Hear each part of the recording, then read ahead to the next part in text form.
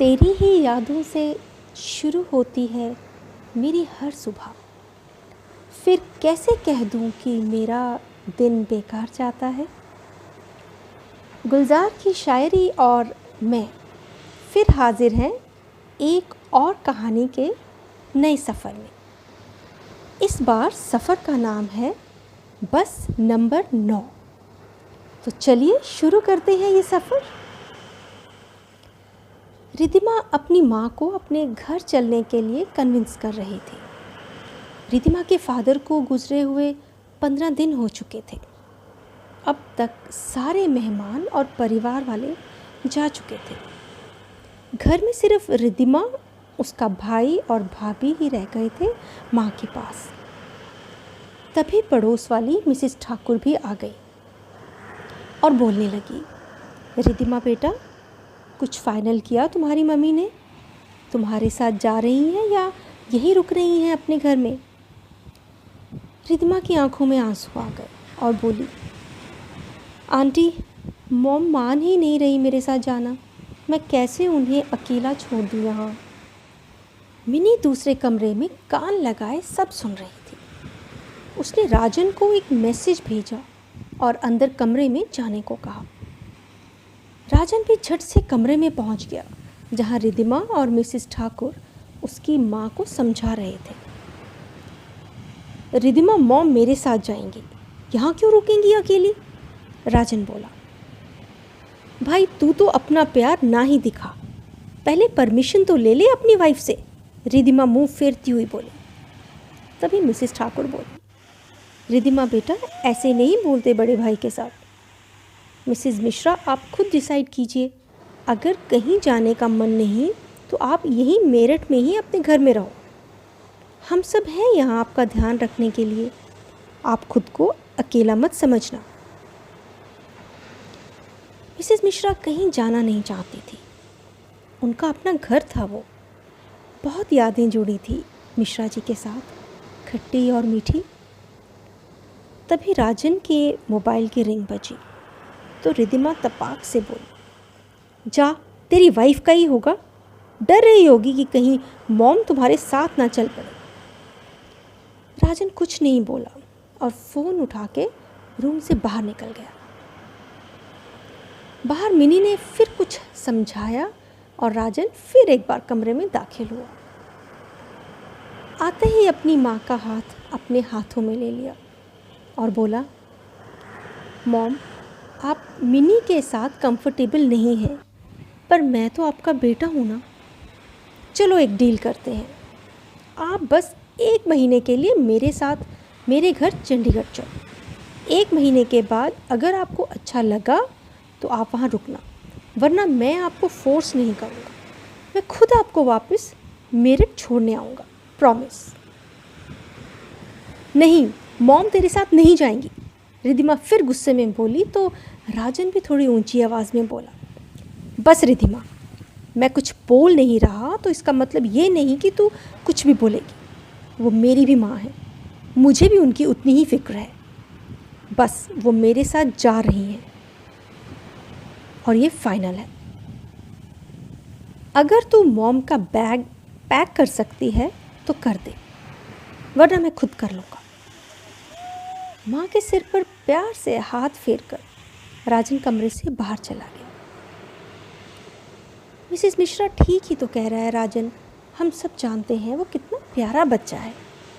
मैं तो अपने बेटे को मिसाल देती हूँ राजन की, कैसे आपके घर के कामों में आपका हाथ बटाता है। बहू का क्या है, और आप जानती ही कितना है बहू को भी। जब से दोनों ने शादी की है तब से तो आप लोगों ने कभी बात ही नहीं की उन लोगों से। रिद्धिमा बेटा, यही ठीक है, अपनी माँ को राजन के साथ जाने दो।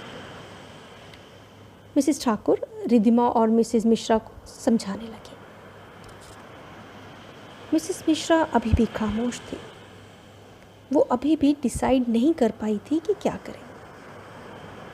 अपनी चुप्पी तोड़ती हुई बोली, मिसेस ठाकुर, सोचती हूँ, शाम तक बताती हूँ आपको। मिसेस ठाकुर के घर से जाते ही राजन मिसेस मिश्रा का पैक्ड सूटकेस ले आया और बोला, मॉम आपके कपड़े सूटकेस में पैक कर दिए हैं, कुछ दवाइयाँ समझ में नहीं आई, वो आप डाल लो, कल सुबह की कैब बुक कर दी है। मिसिज़ मिश्रा कुछ नहीं बोली। उन्हें लगा कि अगर मना किया तो रिद्धिमा और राजन के बीच ज़रूर लड़ाई हो जाएगी। अपना मन मार के वो रिद्धिमा को बोली, मैं 1 महीने के लिए राजन के घर चली जाती हूँ, वापस आकर तुझे बुला लूँगी कुछ दिन, ठीक है? जा बेटा, अब तू भी ससुराल जाने की तैयारी कर ले। मिसेस मिश्रा भी उठकर अपनी दवाइयाँ और कुछ और सामान इकट्ठा कर अपने पर्स में डालने लगी। अगले दिन सुबह मिसेस मिश्रा राजन और मिन्नी के साथ चंडीगढ़ के लिए रवाना हो गए और रिद्धिमा अपनी कार में ड्राइवर के साथ दिल्ली चली गई।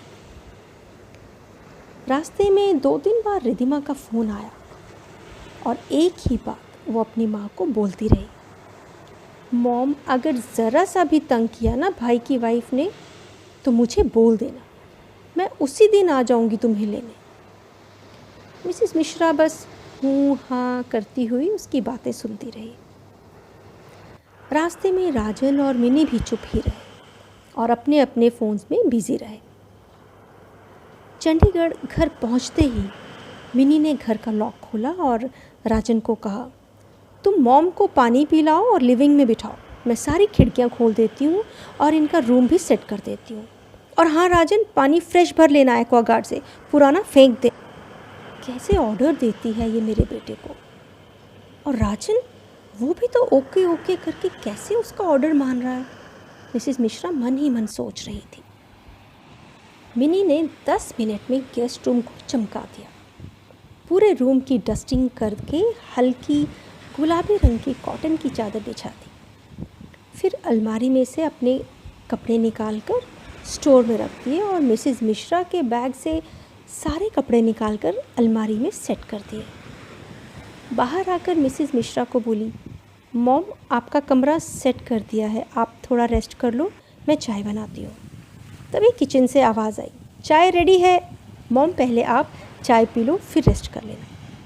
मिनी बिस्किट्स ले आओ किचन से, राजन बोला। तीनों ने चाय पी और फिर राजन अपनी माँ को कमरे में छोड़ा।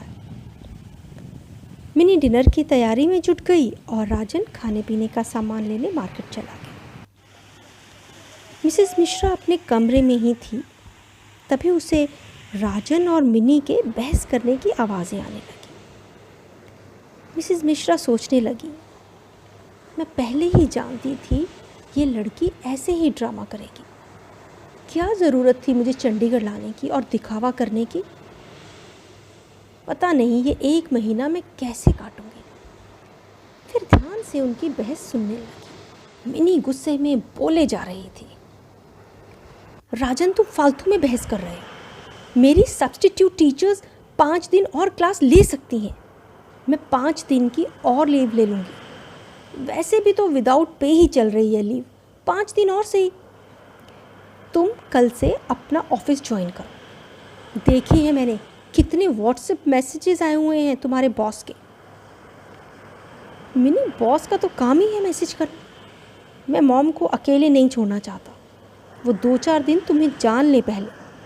तुम जाओ कल अपने स्कूल, मैं ऑफिस से 2 दिन की और लीव ले लूँगा, राजन बोला। What you mean by mom को अकेले नहीं छोड़ सकते? मैं क्या स्टैचू हूँ इस घर में? मेरे साथ रहेंगी तभी मुझे पहचानेंगी ना। बस तुम ऑफिस जा रहे हो, मुझे कुछ नहीं सुनना, वरना मुझसे बात ही मत करना, मिनी गुस्से में बोली। राजन कुछ नहीं बोला और टेबल पर प्लेट्स लगाने लगा। किचन में जाकर उसने गैस ऑन की और तवा रखते हुए बोला, अच्छा अब फुलके तो बना दे दादी अम्मा, मैं मॉम को कमरे से लेकर आता हूँ। राजन अपनी माँ को बुला लाया और प्लेट सामने रख दी। मॉम मैं चपाती लेकर आता हूँ, राजन बोला। तुम लोग भी आ जाओ ना, मिसेस मिश्रा अपनी धीमी सी आवाज़ में बोली। हम भी आ जाएंगे मॉम, पहले आपको फूली हुई चपाती का टेस्ट तो करा दूँ, आपको भी तो पता चले कि जो फूली हुई सुंदर चपाती आप सबको खिलाते रहते हो उसका टेस्ट कैसा होता है? हाँ, बशर्ते मिन्नी की चपाती फूल जाए। और राजन ये बोलकर मिसेस मिश्रा को देखकर हंसने लगा, तो मिसेस मिश्रा की भी हंसी निकल गई। हाँ हाँ, सुन रही हूँ सब कुछ मैं। ले जाओ फूली हुई चपाती, किचन से हंसते हुए मिन्नी की आवाज़ आई। राजन ने अपनी माँ को गरम गरम फूली हुई चपाती सर्व की तो ऐसी तसल्ली हुई उसे जैसे बरसों का सपना पूरा हुआ। तभी मिन्नी भी आ गई हॉटकेस में अपने और राजन के फुलके लेकर। और मिसेस मिश्रा गरम फुलकों की खुशी को भूलकर ये सोचकर दुखी हो गई कि राजन को तो तवे से उतरी हुई फूली हुई चपाती पसंद है। बेचारे को कैसे ये हॉटकेस में रखी चपातियाँ पसंद आती होंगी। इसी की पसंद है ना मिन्नी, अब भुगते, मुझे क्या। डिनर करके तीनों अपने कमरे में सोने चले गए। आपको क्या लगता है मिसेस मिश्रा 1 महीना निकाल पाएंगी चंडीगढ़ में, या रिधिमा उनको पहले ही ले जाएगी वहाँ से? आप अपने व्यूज़ मेरे YouTube के चैनल पर पोस्ट कर सकते हैं और मुझे इंतज़ार रहेगा आपके कमेंट्स का। जल्दी मिलेंगे दोबारा बस नंबर 9 के सफ़र में, मेरे YouTube चैनल पर, जिसका नाम अब आप सब जानते हैं, एक और कहानी। अपना ख्याल रखिएगा। नमस्कार।